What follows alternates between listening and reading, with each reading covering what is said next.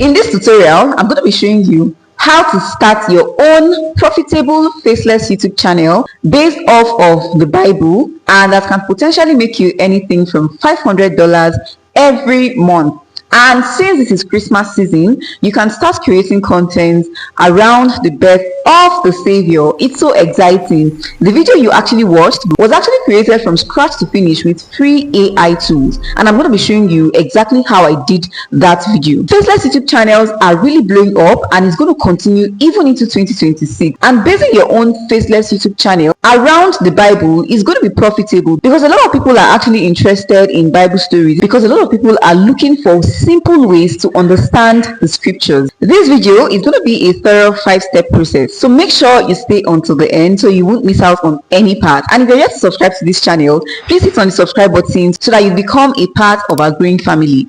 Now, the first step is to decide what part of scripture you want to base your story on. And since we are starting with the story of Christmas, you may want to start your story from when the angel appeared to Mary. Now, the goal is not to finish the entire story in one video. It is to take it scene by scene and build anticipation for the next video. The first video can be a background story of Mary and Joseph and how the angel appeared to her. Then the second episode can take the story away from there. Now, one very important thing is to ensure that you build creativity into every video that you create, so that you can get people glued to their screen and watching every video in that episode. The creativity can be in your voiceover, your narration, or even in how the characters appear. Now, for any story you want to do, if you don't exactly remember how the story was actually told, you can actually go to that part of the Bible and read everything so that you can get a feel for how it happened and also get a better understanding of it. Don't just rush to ChatGPT and ask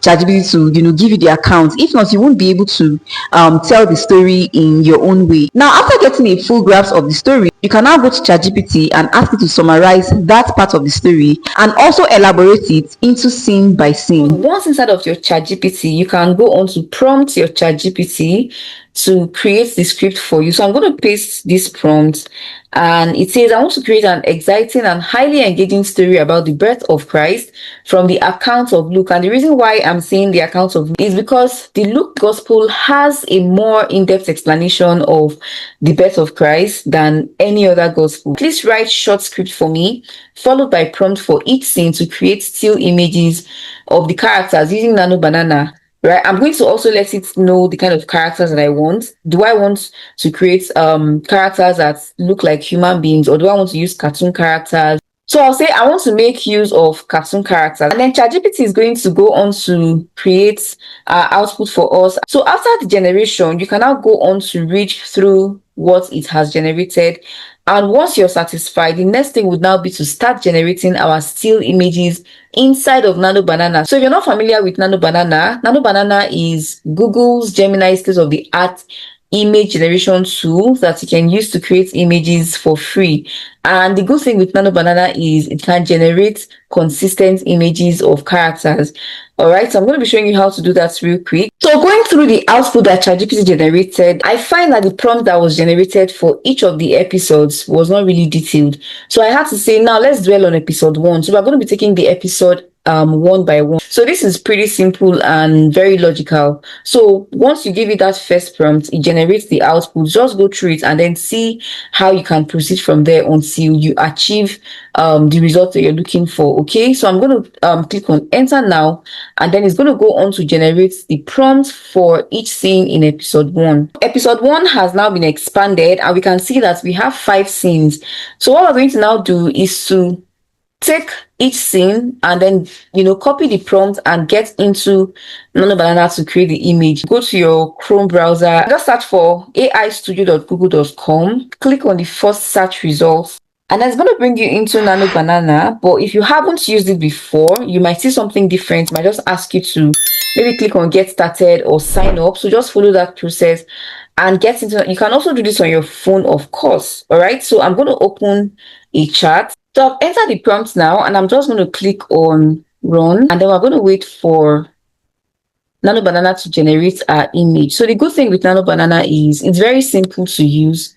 So once you've entered the prompt and the image has been generated, the next time you want to create another image or you want to create another scene, it models it after the first one that you have given it. And that's how it's able to generate consistent characters. Okay, cool. So the image has now been generated. Let's expand it to see it. So this looks really nice. And the next thing I'm now going to do is to create the second scene. So to create the second scene, we'll simply get back into ChatGPT and then we'll copy out the second scene and paste it into Nano Banana. So that's how you're going to do until you get your entire scene. So after creating this scene, I'm just simply going to go straight to showing you how to animate them inside of another AI tool. So by the time you're entering the prompt for the third scene, you would find that it's going to be generating the characters that are exactly the same as the previous one. So once you have finished creating all your scenes inside of Nano Banana, the next thing I want to do is to animate them. And we are going to still be using a tool by Google called View 3. Just go straight to your browser and type in Flow AI. So it's going to bring you to this interface. You're going to see Google Labs. Just click on Flow. So Flow is like the studio where you're able to use View 3, and View 3 is just a code name for the recent version of their video creation tool. Okay. So if you've not yet had an account before, it's not going to take you through the process of creating your own account and all right, then you can also get your free account. So you're just going to be asked to enter your card details, and that will be all. Okay, so I'm signing into my account now. So I'm just going to click on new project. And then, of course, you've already downloaded all the images you created inside Nano Banana. But one thing I forgot to also tell you is that you were supposed to also ask ChatGPT to create the prompts that you're going to be using to convert those images into videos using View 3. So just go back to ChatGPT and tell it to create the prompt. So it's going to be giving you prompts that include camera direction, motion element, lighting, and style consistency for all the scenes. I'm just going to copy the prompt, all right, and then I'm going to get back into Flow AI. Now, once inside of Flow AI, what I'm going to do is I'm going to change this from text to video. I'm going to change it to ingredients to video, and that's because we want to feed this tool with the image we already created. Okay, so once you click on it, it's going to show you where you can upload that image. So come to downloads on your system or on your phone. So this is the first scene. So once it loads, it's not going to ask us to select whether we want it as landscape or portrait, but usually they are not able to render it in portrait whenever you're using the ingredients to video feature, right? So I'm just going to click on crop and save, and then I'm going to enter the prompts that ChatGPT got for us, and then I'm going to click on create. All right, so in the next couple of minutes we're going to be having our first scene. Cool. So the image has now been converted into a video. Now let's watch it together. You can see that this looks like an actual cartoon. Now, the next thing we're going to do is to now create the next scene. All right, so we're going to go back to ChatGPT and then copy the prompt for the second scene. And once here, just click on the plus button so that you can upload the second scene image, right? I'm now going to go on to paste my prompt, and I'm going to click on enter, and we're now going to wait for it to generate. So that's how you're going to go on and on until you have finished generating or converting your images for each scene into videos. And once you're done, you can now download it. Now I'm going to be showing you how to download and get the best quality from View 3. And this is scene 2. Now let's watch it together. So if you create an output and you don't exactly like it, you can actually get back into ChatGPT and ask it to, give you a better prompt, and until you get what you're looking for. All right. So once you're done with all your scenes and you're okay, next thing is to now download them. Now to download it, just click on the download button right here, and you're going to be seeing 3 options. So what you're going to do is to click on upscaled, and then it's going to upscale the video to 1080p so that you can actually get it in a higher quality. Okay, so once you click on this upscale, it's going to take a while for that action to process, and once it has done that, you can now click on upload. All right, now after you finish getting all your images, you can now start the process of putting them together. But there is one more step. Now if you're doing this from a laptop, what you need to do is, after you finish downloading them, you can now send it to your WhatsApp and save them as documents, right?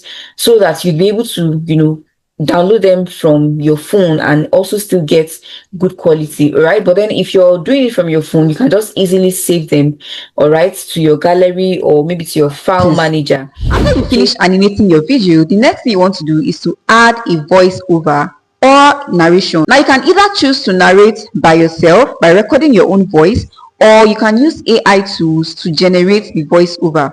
You can actually use your normal voice if you want more control over the tone, or you can use AI tools if you feel that your voice is not so good. You can actually also contract an actual person to do the job for you. I remember a certain time when somebody was about to start a Faceless YouTube channel and they need an actual human to do the voiceovers for them. They actually contacted me because I am also a voiceover artist. One AI tool that you can actually use for voiceovers is 11 Labs. 11 Labs is cool because they have different voice characters that may be suitable for what you're trying to achieve. Now, after you have gotten your voiceover ready, of course, you have also downloaded your videos from View 3. The next thing is now string everything together inside of CapCut to produce one whole video. Once inside of CapCut, you want to ensure that the videos and the voiceover is syncing together. Make sure that the transitions are normal and not too dramatic so that the video would look really natural. And after you are done, all you need to do is to download your video and then upload it